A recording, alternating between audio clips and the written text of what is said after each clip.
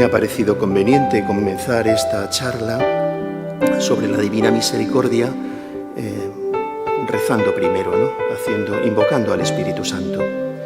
Como no hay respuesta porque es una charla solo dada por medios digitales, haré yo la oración completa. Ven, Espíritu Santo, llena los corazones de tus fieles y enciende en ellos el fuego de tu amor. Envía tu Espíritu, Señor, y todo será creado, y renovarás la faz de la tierra. Oh Dios, que has ilustrado los corazones de tus fieles con la luz del Espíritu Santo, concédenos ese mismo Espíritu para que sintamos rectamente y gocemos siempre de sus consuelos. Por Jesucristo nuestro Señor. Amén. Muy bien. Pues buenos días, buenas tardes, buenas noches, porque probablemente esto se vea y se escuche en distintos momentos. Me pidió don Raúl una pequeña charla sobre la Divina Misericordia en estos días en que estamos en torno a la fiesta, a la gran fiesta de la Divina Misericordia. Procuraré tratar en el tiempo de que dispongo 4 puntos. El primero, sobre el origen, de dónde arranca esto, para quien no lo conozca. En el segundo, en qué consiste. En el tercero hablaré sobre la finalidad. Y en el cuarto, sobre las prácticas de culto. Son bastante conocidas, pero creo que merece la pena decir algo sobre cada una de ellas, aunque sea poquita cosa. Empezamos con el primer punto. ¿De dónde arranca esto? ¿De dónde procede? Esta devoción parte de unas revelaciones privadas que tuvo Santa María Faustina Kowalska, una monja polaca de la Congregación de las Hermanas de la Madre de Dios de la Misericordia. Ella vivió entre 1905 y 1938, es decir, 33 años. Como es tan frecuente en la historia de las revelaciones privadas, el Señor elige a una persona que reúne muchas condiciones para pasar por este mundo completamente desapercibida. En este caso se trata de una joven nacida en una familia pobre, tenía una salud muy frágil, una instrucción muy rudimentaria,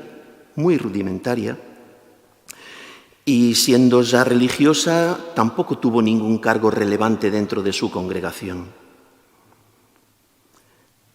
Es más, a sí misma se tuvo por una persona muy miserable. Y el Señor en estas revelaciones, lo curioso es que le confirmó en esta apreciación suya, en varias ocasiones además. Ella llega a verse como la criatura más miserable de este mundo. En una cita del diario, en el punto 135, dice exactamente: «Soy la más miserable entre los pecadores». En el 440 dice: «No hay alma más miserable que yo». En el 1416, «Mi alma es la más miserable». Y decía que el Señor le confirma en esta apreciación suya.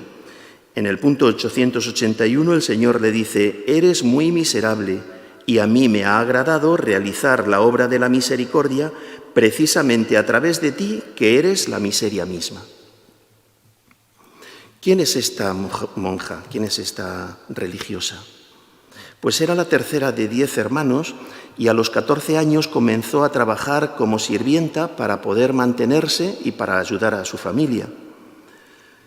Desde los 7 años sintió la llamada a la vida religiosa. A los 17 les insiste bastante a sus padres para que le den permiso para irse a un convento y ellos no le dan ese permiso, se lo niegan. Tras esa negativa pasan casi 2 años en los que Faustina trata de escapar a esa llamada. Si mis padres no me dejan, pues esto no vendrá de Dios. Y bien, empieza a tratar de vivir honestamente, pero como una chica más de la época. Hasta que un día, en medio de un baile, se le aparece el Señor y se pone junto a ella. Según lo cuenta en su diario, el Señor se le presentó martirizado, leo textualmente, despojado de sus vestiduras, cubierto de heridas, y le dijo lo siguiente: ¿hasta cuándo me harás sufrir? ¿Hasta cuándo me engañarás? Pues bien, a partir de ese momento comienza su respuesta a esa llamada sin saber qué hacer, ni a dónde ir, ni qué pasos dar, ¿no? Ahora bien, tanto el Señor como la Virgen María van dirigiendo sus pasos.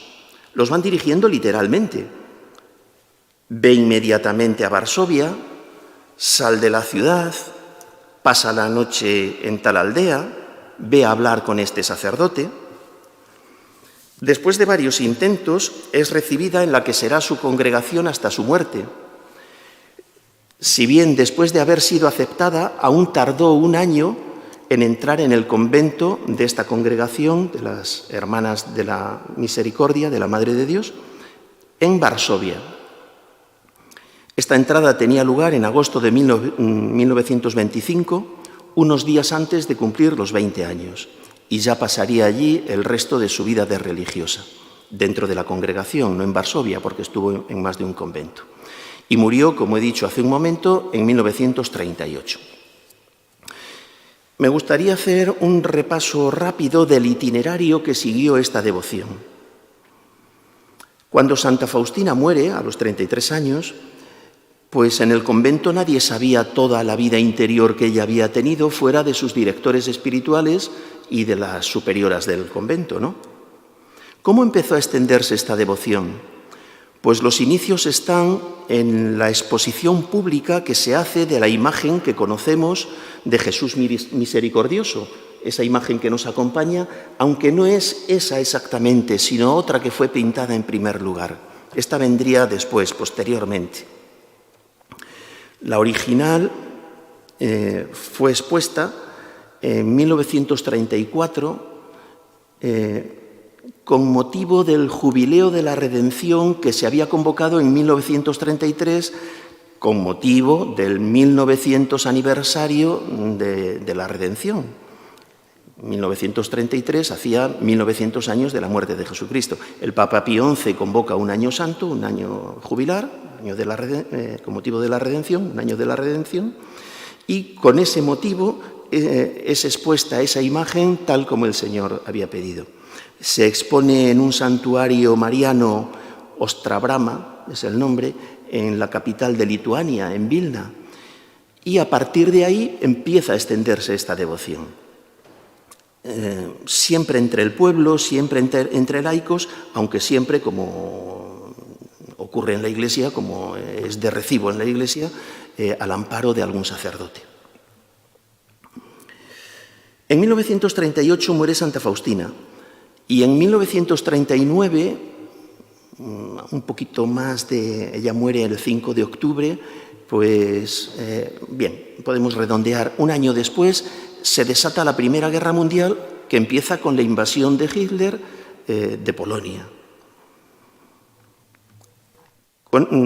Tras la guerra, acaba la guerra, Polonia queda en el bando comunista y se establece un régimen comunista muy duro que dura hasta 1989. Durante este tiempo, aunque Polonia es un país católico, pues la Iglesia vive con las manos muy atadas, muy vigilada, ¿no? Claro, así es imposible poner en marcha un nuevo movimiento espiritual de ningún tipo, ni este de la Divina Misericordia, ni ningún otro. Pues no es poco mantener lo que hay y poder ir saliendo como medianamente se pueda, ¿no? Estando Polonia en plena dictadura comunista, ocurre algo que va a ser decisivo en la historia de la devoción a la Divina Misericordia. Es la convocatoria del Concilio Vaticano II. El Concilio Vaticano II se convoca, creo recordar, hablo de memoria, en 1959 y no comienzan las sesiones hasta 1962. Pues bien, allí acuden obispos de todo el mundo y entre ellos acude un obispo de Cracovia que se llama Carlos Wojtyła. Era entonces obispo auxiliar de Cracovia. Él llega al concilio, se pone en marcha el concilio Durante el tiempo que dura el concilio, él pasará de ser obispo auxiliar a ser nombrado titular de arzobispo de Cracovia. Y en ese tiempo que dura el concilio, hay un momento, no tengo la fecha ni sé decir quién, pero sí, el dato sí que en las fuentes consultadas parece ser bastante cierto. Hay un momento en que un obispo de Estados Unidos se le acerca y le dice: ¿tú eres el obispo de Cracovia? Sí. Oye, pues tengo muchísimo interés en conocer la vida y los hechos y la obra, si es que parece ser que la hay, de una mística de tu diócesis, una tal Sor Faustina. Y el obispo Wojtyła dice: no sé de lo que me estás hablando, no tengo ni idea, no sé nada. Sí, empieza a darle detalles. Dice: bueno, pues no te preocupes, que en cuanto llegue a Cracovia yo me voy a enterar y ya podré decirte, ya tendré información. Efectivamente, cuando vuelve a Cracovia, indaga todo esto y ya se entera de qué es lo que hay detrás y, bien, pues ahí empieza el conocimiento por parte del que luego será Juan Pablo II de esta devoción, de estas revelaciones, de esta monja. ¿Cómo ha llegado la noticia a los Estados Unidos antes que al propio obispo de la diócesis de Santa Faustina? Pues ha llegado a través de muchos polacos que han huido con motivo de la guerra. Al desatarse la Segunda Guerra Mundial, el que puede y tiene medios suficientes se embarca y muchos, a distintos países, muchos van a Estados Unidos. Con ellos llevan esta devoción, allí prende, allí la Iglesia la va aceptando, todavía no es nada oficial, pero se le va dando curso y allí va creciendo. Entretanto, el obispo Wojtyła se informa bien de todo este asunto y, siendo ya el titular de su diócesis, pone en marcha el proceso de beatificación, de canonización de Santa Faustina, de la que luego será Santa Faustina, ¿no?, de Sor Faustina. Siendo ya cardenal, concluye el proceso y lo envía a Roma. En Roma sigue el curso ordinario en las causas de los santos y es bien conocido, ¿no?, que llega al pontificado el que será Juan Pablo II y recibe ese proceso. De tal manera que en 1993, el proceso que había iniciado el cardenal Wojtyła lo concluye beatificando a la Beata Faustina Juan Pablo II. Es decir, la misma persona. El mismo que lo había iniciado en Polonia lo concluye en Roma. Después de la beatificación viene la canonización, que tiene lugar en el año 2000 en el marco del Gran Jubileo. Este es el itinerario de esta devoción. Así ha llegado a la Iglesia. A partir del año 2000 se instituye la fiesta, se le da carta de oficialidad, se incluye el segundo domingo de Pascua en la liturgia, etc., ¿no? En el punto siguiente, que había anunciado que era en qué consiste esta devoción, voy a entrar ya en él, pero antes creo que conviene decir algo sobre dos conceptos que aquí aparecen juntos. Uno es el amor de misericordia. El amor de misericordia, esto no insistiré en ello porque está muy explicado, ¿no?, consiste en que Dios se vuelca especialmente con nosotros, sus hijos, cuando nos ve en estado de precariedad. Cuando nos ve miserables, mezquinos, hundidos, rebozados en nuestra indignidad, sin ningún mérito para ser amados. Este es el amor de misericordia. En el diario de Santa Faustina hay multitud de citas en este sentido. Me gustaría señalar dos como muestra, pero son muchísimas, muchas, ¿no? En el punto 1146 podemos leer estas palabras: que los más grandes pecadores pongan su confianza en mi misericordia. Ellos más que nadie tienen derecho a confiar en el abismo de mi misericordia.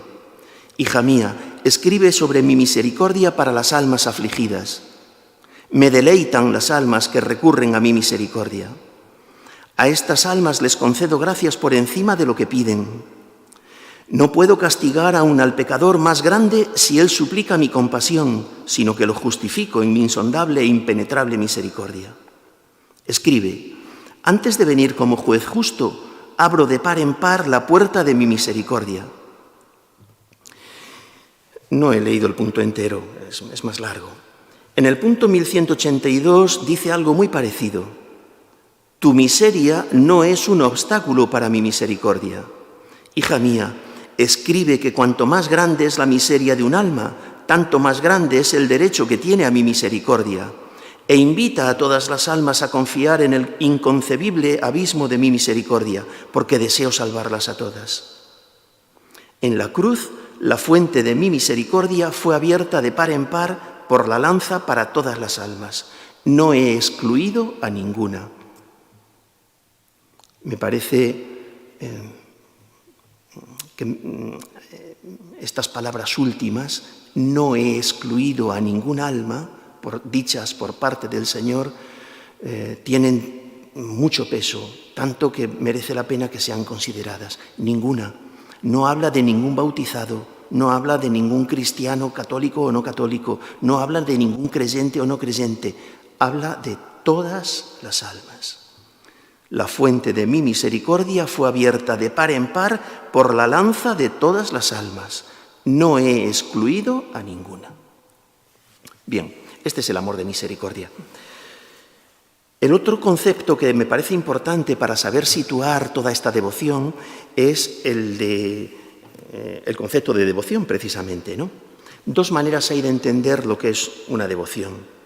Una es como vocación, como encargo de Dios, como algo a lo que Dios llama a través de los afectos del corazón, a través de nuestra sensibilidad externa e interna. Esta es la devoción que podemos decir subjetiva, personal. Este es el concepto que solemos tener cada uno de nuestras devociones. Yo tengo devoción a tal santo, a tal advocación de la Virgen, etc., ¿no? Ahora, hay otra manera de entender la vocación, que es como descubrimiento de la importancia que algo tiene para mi vida espiritual, algo o alguien. Esta es la devoción objetiva, porque no se basa en los afectos particulares, sino en una realidad que es objetiva y que es necesaria para nuestra vida espiritual. Este concepto objetivo de devoción, esto pertenece al patrimonio común de todos los cristianos católicos. Estas son las devociones de la Iglesia. Y a ellas estamos llamados todos, ¿no? A ver, el amor a la Eucaristía, el amor a la Virgen María, el respeto y el amor y el esmero por la liturgia, el respeto y la obediencia al Papa, el amor al Papa, el amor a la Iglesia, a la oración personal, a la práctica de los sacramentos, esto pertenece a todo fiel bautizado, a todo cristiano católico, por lo que he dicho del Papa, que a algunos quizá no católicos lo del Papa les rechine un poco. Estas devociones generales luego después se particularizan de un modo o de otro, pero nadie se puede sentir excluido de ninguna de ellas. Y si alguien se siente excluido, por ejemplo, del amor a la Eucaristía, que revise su fe. Esto tiene peso. No sé, uno tendrá que ver si tiene que pertenecer o no a la adoración nocturna española, que es un movimiento eucarístico, en nuestro caso, ¿no? A las Marías de los Agrarios, a los turnos de adoración perpetua donde están las capillas instaladas, a la adoración eucarística que hay en su parroquia, en las parroquias en donde se da, que son muchas, o tal vez a ninguna de todas estas cosas. Ahora, no puede prescindir de la devoción objetiva a la Eucaristía. Si la devoción objetiva a la Eucaristía, la presencia real del Señor bajo las especies de pan y de vino, si eso no le dice nada, la fe está fallando. Lo mismo podríamos decir de la Virgen María, lo mismo podríamos decir de la palabra de Dios, de la liturgia, estas cosas y algunas otras que no he dicho, ¿no? Pues bien, esto ocurre con la misericordia divina. No es que la devoción a la misericordia divina es la que tenemos unos cuantos, que somos devotos de ello, porque esa imagen nos ha tocado el corazón. No es eso, no es eso. Es que si excluimos la devoción objetiva a la misericordia divina, nos estamos autoexcluyendo del amor de Dios. ¿No? Sin acudir a la misericordia divina no nos salvaremos. Esto se puede decir de manera categórica. Lo digo mejor, es que es la misericordia divina nuestra única tabla de salvación.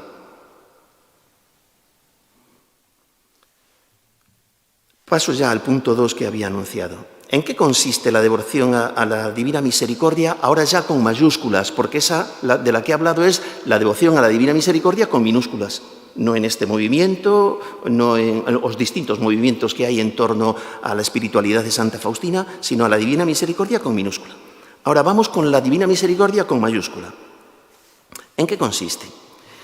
En acudir a Dios Padre apelando a su misericordia, poniendo como mediador a Jesucristo, invocando a Dios Padre, invocando en nuestra relación con Dios Padre los méritos adquiridos por Jesucristo en su dolorosa pasión.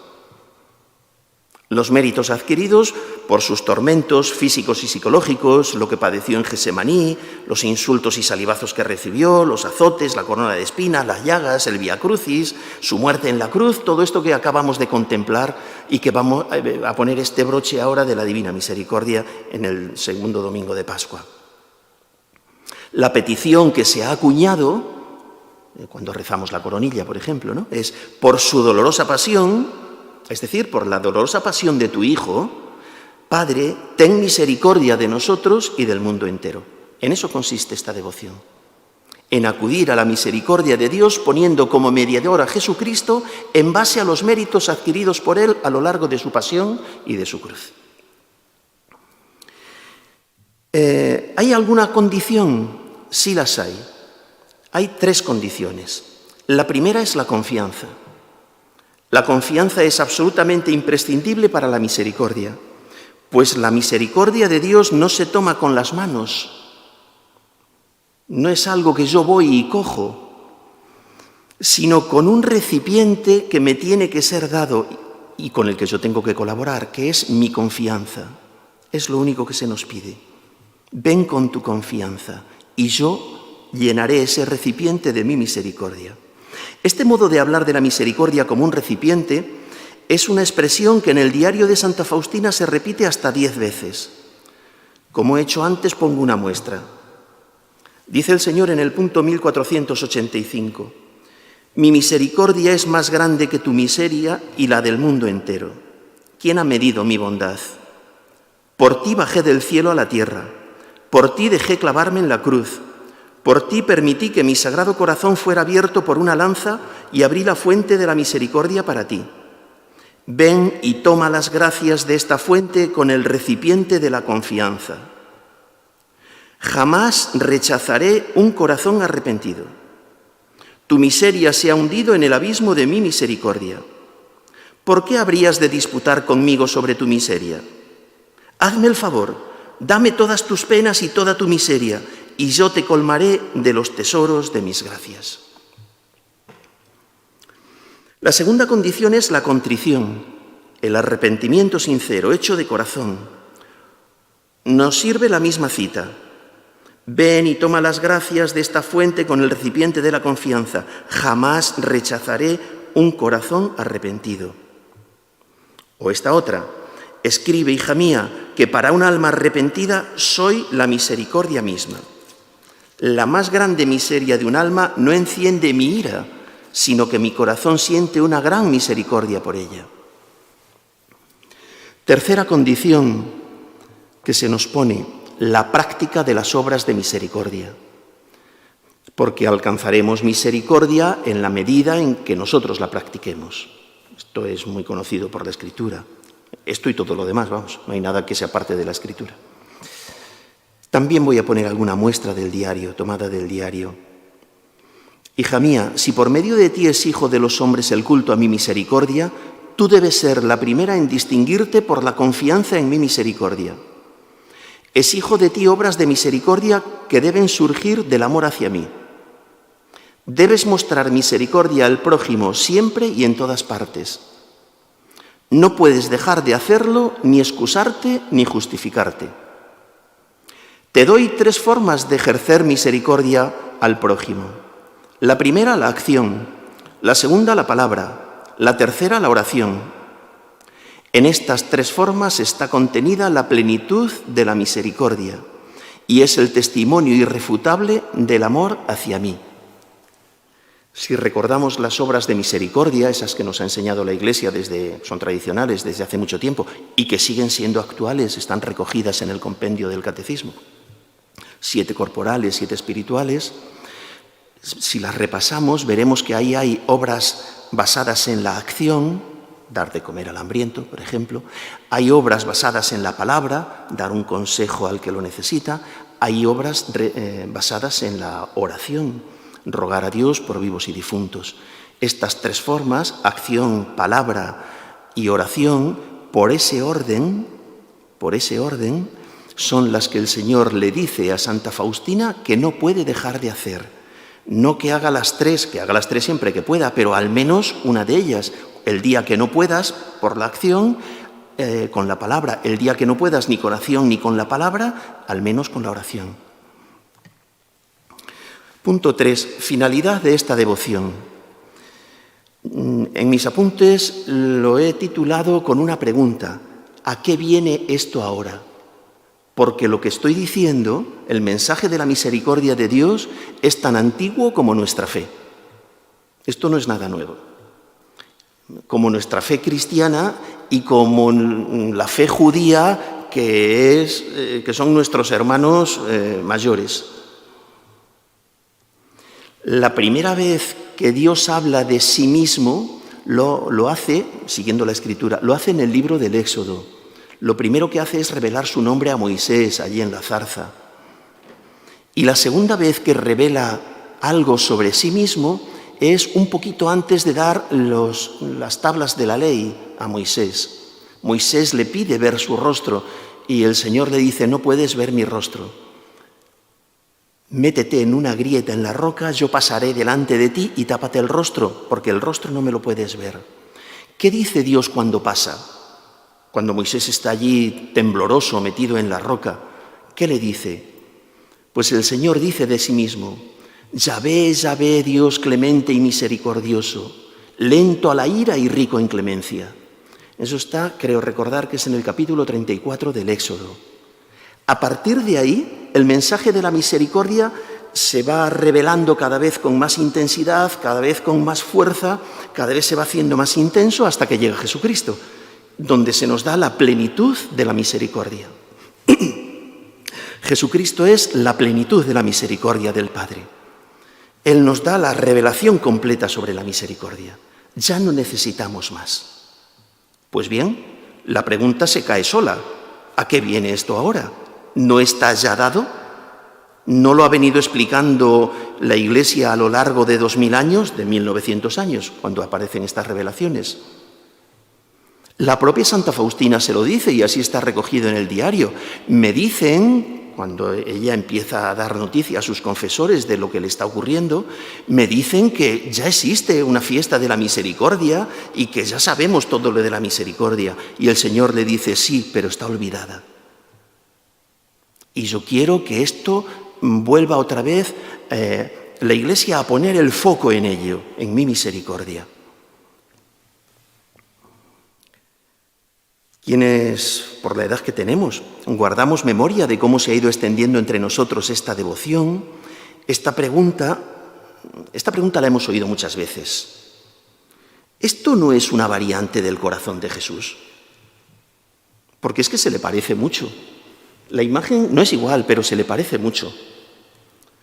La jaculatoria, que es lo que se llama la firma, lo que viene ahí al final, en la parte baja del cuadro, a los pies de Jesucristo, Jesús, confío en ti, pues es la misma jaculatoria. Sagrado Corazón de Jesús, en ti confío. Las promesas son muy parecidas. Es más, El magisterio de los papas ha dicho que no podemos aspirar a más que al corazón de Jesús, a esa devoción. Hay un cardenal en el siglo XIX que se fomenta mucho la devoción al corazón de Jesús. La devoción al corazón de Jesús, según las revelaciones, Santa Margarita María de Alacoque, empieza en el siglo XVII, pero la intensidad tiene lugar en el XIX y también en el XX. Pues hay un cardenal muy conocido, muy célebre en el siglo XIX, el cardenal Louis Pi, francés, que define a la devoción al corazón de Jesús como la quinta esencia del cristianismo. Es decir, no podemos aspirar a más. No podemos aspirar a más que a entrar en comunión con el corazón de Jesús, que nuestro corazón entre en comunión con el corazón de Jesús. Esto no es algo parecido, no es un añadido, no es ¿a qué viene esto ahora?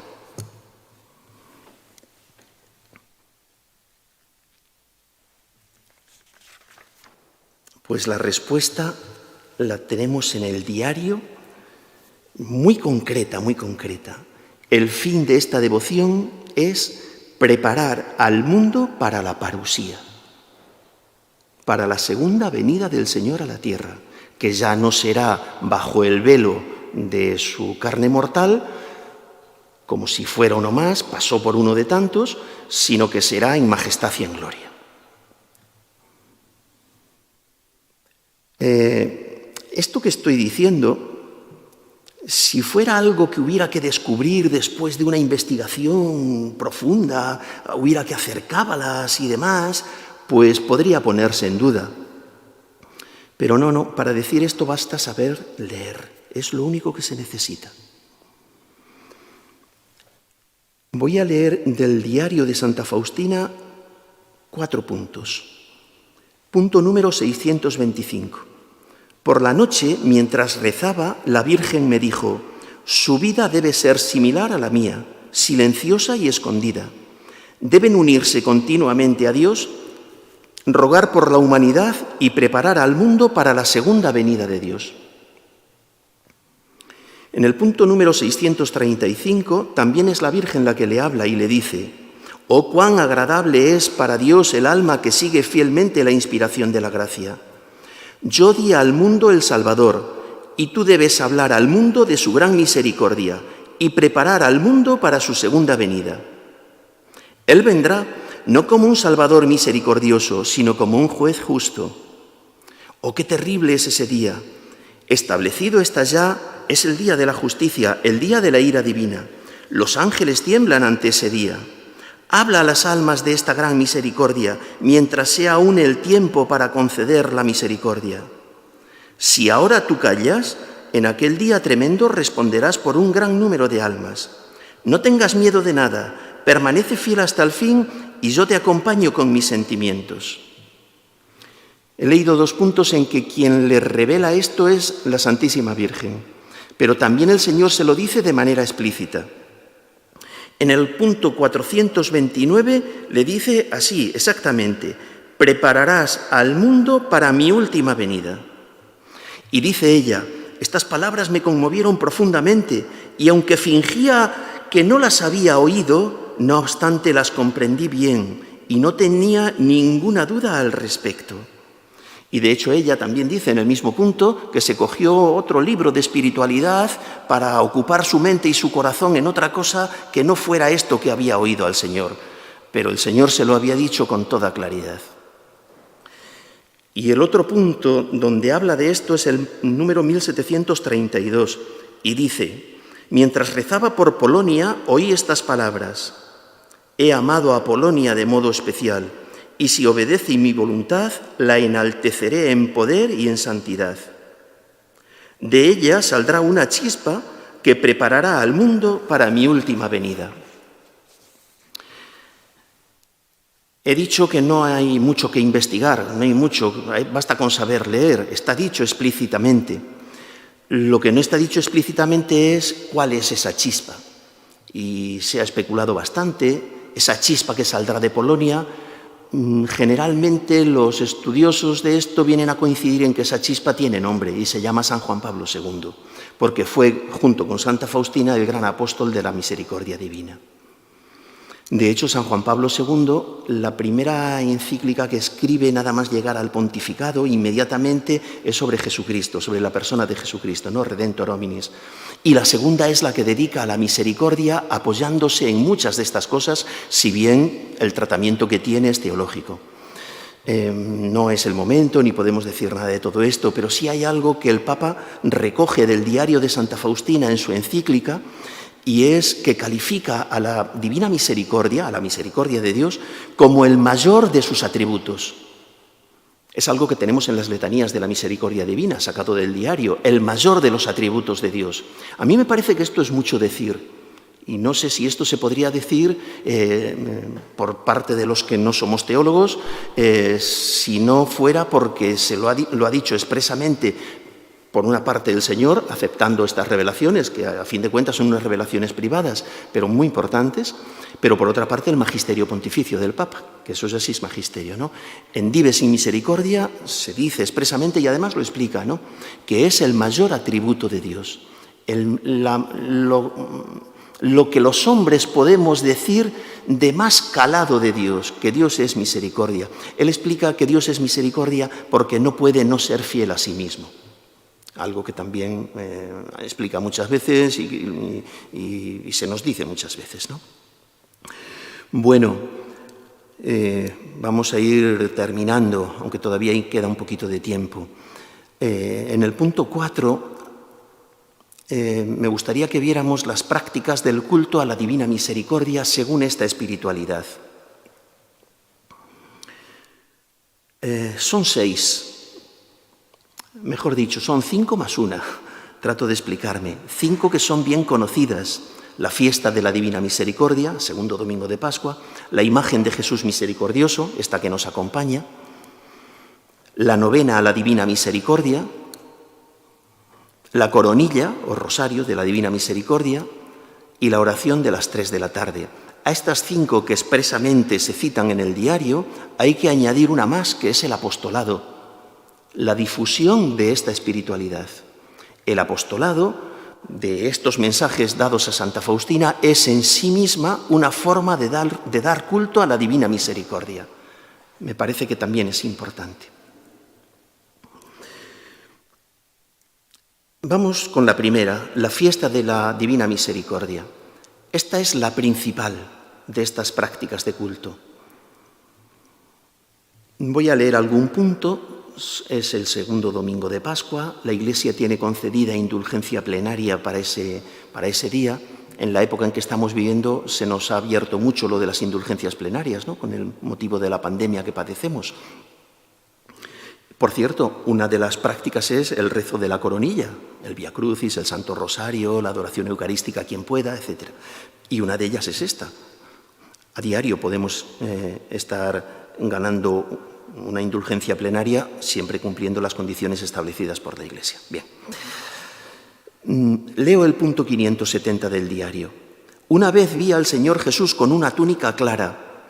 Eso fue en el invernadero. Escribe lo que te diré, le dice el Señor. Mi deleite es unirme a ti.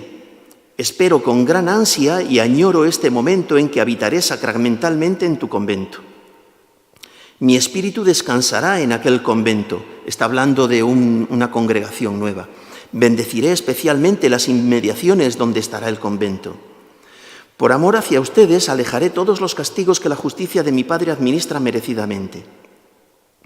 Hija mía, he inclinado mi corazón hacia tus súplicas.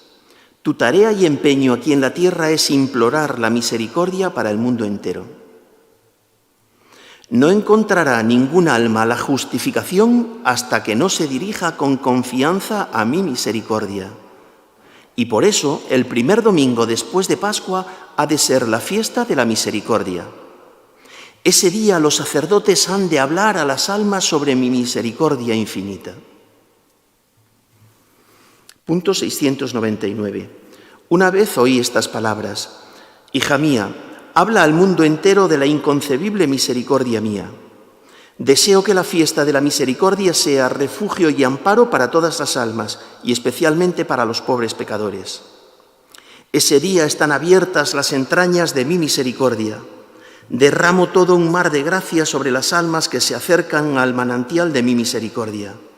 El alma que se confiese y reciba la Santa Comunión obtendrá el perdón total de las culpas y de las penas. En ese día están abiertas todas las compuertas divinas a través de las cuales fluyen las gracias. Que ningún alma tema acercarse a mí, aunque sus pecados sean como escarlata. Mi misericordia es tan grande que en toda la eternidad no la penetrará ningún intelecto humano ni angélico. Todo lo que existe ha salido de las entrañas de mi misericordia. Cada alma respecto a mí meditará mi amor y mi misericordia por toda la eternidad. La fiesta de la misericordia ha salido de mis entrañas. Deseo que se celebre solemnemente el primer domingo después de Pascua. La humanidad no conocerá la paz hasta que no se dirija a la fuente de mi misericordia. Hace unos días el Papa Francisco ha repetido esta cita del diario. La humanidad no conocerá la paz hasta que no se dirija a la fuente de mi misericordia. Me parece que también tiene el peso suficiente como para meditarla. Punto 965. Las almas mueren a pesar de mi amarga pasión. Les ofrezco la última tabla de salvación, es decir, la fiesta de mi misericordia.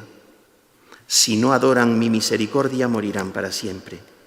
Y el último punto que leo, hay muchos más, Hija mía, di que esta fiesta ha brotado de las entrañas de mi misericordia para el consuelo del mundo entero.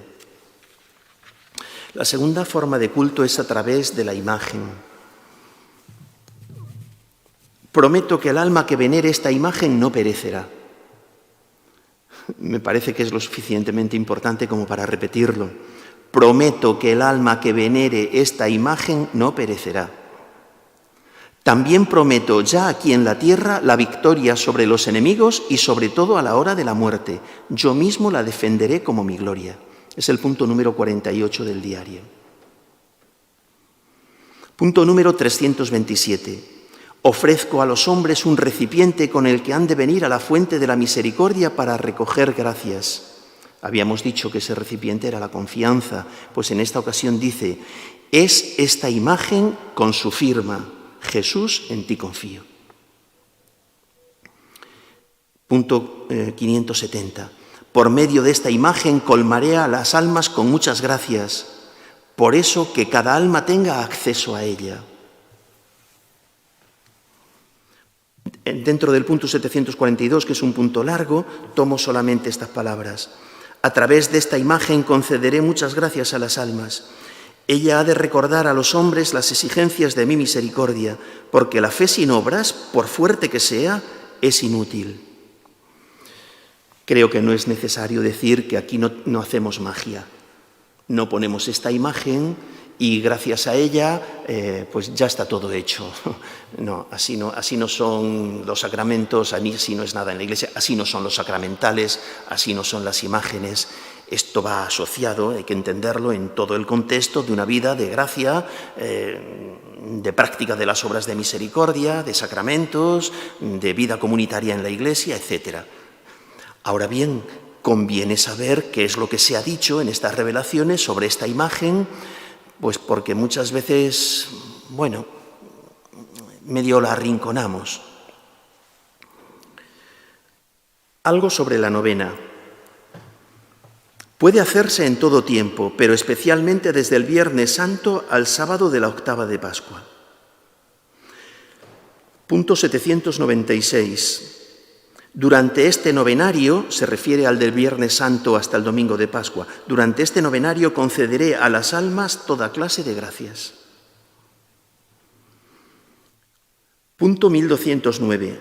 Deseo que durante esos 9 días lleves a las almas a la fuente de mi misericordia para que saquen fuerzas, alivio y toda la gracia que necesiten para afrontar las dificultades de la vida y especialmente en la hora de la muerte.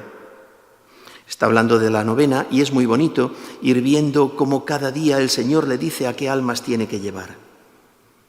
Desde toda la humanidad, en el primer día, hasta las almas tibias en el último, pasando por las almas del purgatorio en el octavo, por los difusores del culto a la Divina Misericordia en el séptimo, por los hermanos separados, entonces utilizó la palabra herejes, luego la Iglesia lo ha modificado, por los hermanos separados cristianos de otras confesiones en el día quinto, por los religiosos, religiosas, sacerdotes, a los que llama las almas escogidas de mi viña en el día segundo, etc. Es muy bonito, pero no lo leo entero porque es un poquito largo. Otro punto muy conocido, otra práctica, la coronilla o rosario de la Divina Misericordia. A ver, sobre esta quiero insistir en algo ya desde el principio. Está especialmente recomendada para los agonizantes. Estamos viviendo en una época, en unos días, una temporada, Dios quiera que sea muy corta, en la que tenemos muchos agonizantes cada día. Pues bien, la coronilla de la Divina Misericordia está recomendada especialmente para las almas que agonizan.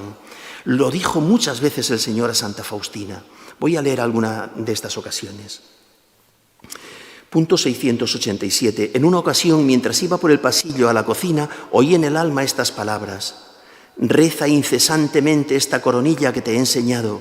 Quien quiera que la rece recibirá gran misericordia a la hora de la muerte.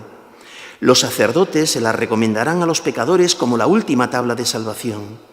Hasta el pecador más empedernido, si reza esta coronilla una sola vez, recibirá la gracia de mi misericordia infinita. Deseo que el mundo entero conozca mi misericordia. Deseo conceder gracias inimaginables a las almas que confían en mi misericordia.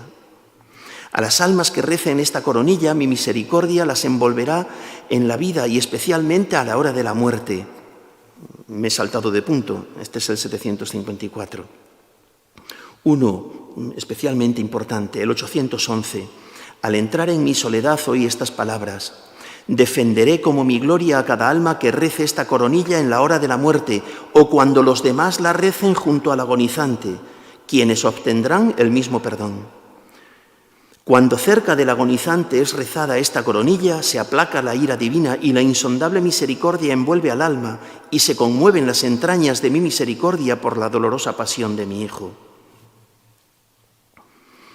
En el punto 834, Santa Faustina siente que tiene que rezar la coronilla por alguien que está necesitado, aunque no sabe quién es y es a distancia. Esta noche sentí en el alma que alguna persona necesitaba mi oración. Enseguida me puse a rezar. De repente conocí interiormente y sentí al Espíritu que me lo pedía. Recé hasta que me sentí tranquila. La coronilla es una gran ayuda para los agonizantes. A menudo rezo la intención que anteriormente conozco dentro de mí. Siempre rezo hasta el momento de sentir en mi alma que la plegaria ha obtenido su efecto. Se da con relativa frecuencia que le mandan a decir que tal persona ha muerto muy en paz y ella ve que ha coincidido con la hora en que ella sintió esa misma paz tras rezar la coronilla, ¿no? Punto 848. Mientras rezaba la coronilla, de repente oí una voz. «Oh, qué gracias más grandes concederé a las almas que recen esta coronilla. Las entrañas de mi misericordia se enternecen por quienes rezan esta coronilla». Anota estas palabras, hija mía, habla al mundo de mi misericordia para que toda la humanidad conozca la infinita misericordia mía. Es una señal de los últimos tiempos. Después de ella vendrá el día de la justicia. Todavía queda tiempo. Que recurran, pues, a la fuente de mi misericordia, se beneficien de la sangre y del agua que brotó para ellos. Hija mía, anima, punto 1541. Hija mía, anima a las almas a rezar la coronilla que te he dado. A quienes recen esta coronilla me complazco en darles lo que me pidan. Cuando la recen los pecadores empedernidos, colmaré sus almas de paz y la hora de su muerte será feliz. Escríbelo para las almas afligidas. Cuando un alma vea y conozca la gravedad de sus pecados, cuando a los ojos de su alma se descubra todo el abismo de la miseria en la que ha caído, que no desespere, sino que se arroje con confianza en brazos de mi misericordia, como un niño en brazos de su Madre amantísima. Me complazco particularmente en el alma que confía en mi bondad. Escribe, cuando recen esta coronilla junto a los moribundos, me pondré entre el Padre y el alma agonizante, no como el juez justo, sino como el Salvador misericordioso. Era lo del mediador, Jesucristo, mediador nuestro entre el Padre por los méritos de su pasión que yo comentaba al principio. Bien, la última de las devociones es la oración de las 3 de la tarde. A ver, la devoción de las 3 de la tarde, la hora de las 3 de la tarde, la hora de nona, la hora en que se nos dice que murió Jesús, las Escrituras, es otra de las devociones, la última. Para este momento no hay una oración fija. Digo esto porque muchas personas se confunden con esta hora y no saben muy bien qué es exactamente lo que tienen que rezar. Lo que el Señor le pidió a Santa Faustina para esta hora es que meditara su pasión. Es decir, lo mismo que hacemos en el Vía Crucis. Si nos damos cuenta, en el Vía Crucis no tenemos un Vía Crucis oficial, no tenemos una oración oficial de la Iglesia, ¿no? Lo que se nos pide es que meditemos. Y por eso pues, hay tantos Vía Crucis como personas que quieran hacerlo. Quiero decir, redactarlo o componerlo. Lo que la Iglesia nos pide es que meditemos todo el camino de la cruz de Jesús hasta la sepultura. Pues bien, en la hora de la misericordia, a las 3 de la tarde, no tenemos una oración fija que rezar. Podemos rezar la coronilla un cuarto de hora antes, empezarla justo a las 3. Podemos rezar una jaculatoria. Es que las 3 de la tarde nos pueden coger pues en el autobús, fregando los platos, comiendo, echados la siesta porque necesitamos descansar. Nos pueden coger en cualquier momento. Pues bien, a las 3 de la tarde, que el alma se eleve, le pide el Señor a Santa Faustina, que el alma se eleve a Él, contemple, aunque sea, dice, por un solo instante su pasión y que pida lo que quiera, porque están abiertas las entrañas de su misericordia. Termino leyendo este punto. A las 3, ruega por mi misericordia, en especial para los pecadores, y aunque solo sea por un brevísimo momento, sumérgete en mi pasión, especialmente en mi abandono en el momento de mi agonía. Esto es lo que le pide, sumérgete en mi pasión.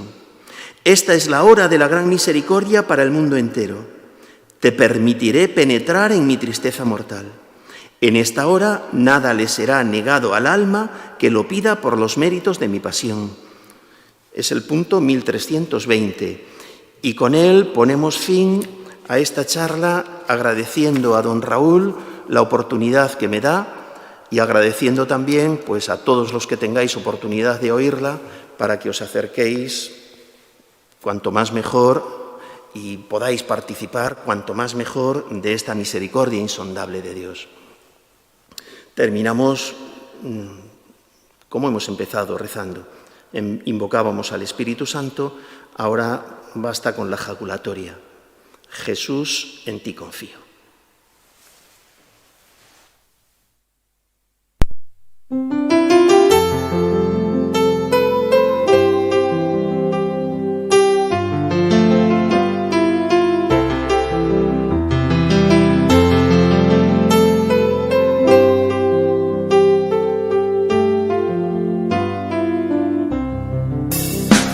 Jesús, en vos confío, Jesús, en vos confío, divina misericordia, en vos confío, en vos confío, en tu divina presencia, Jesús misericordioso.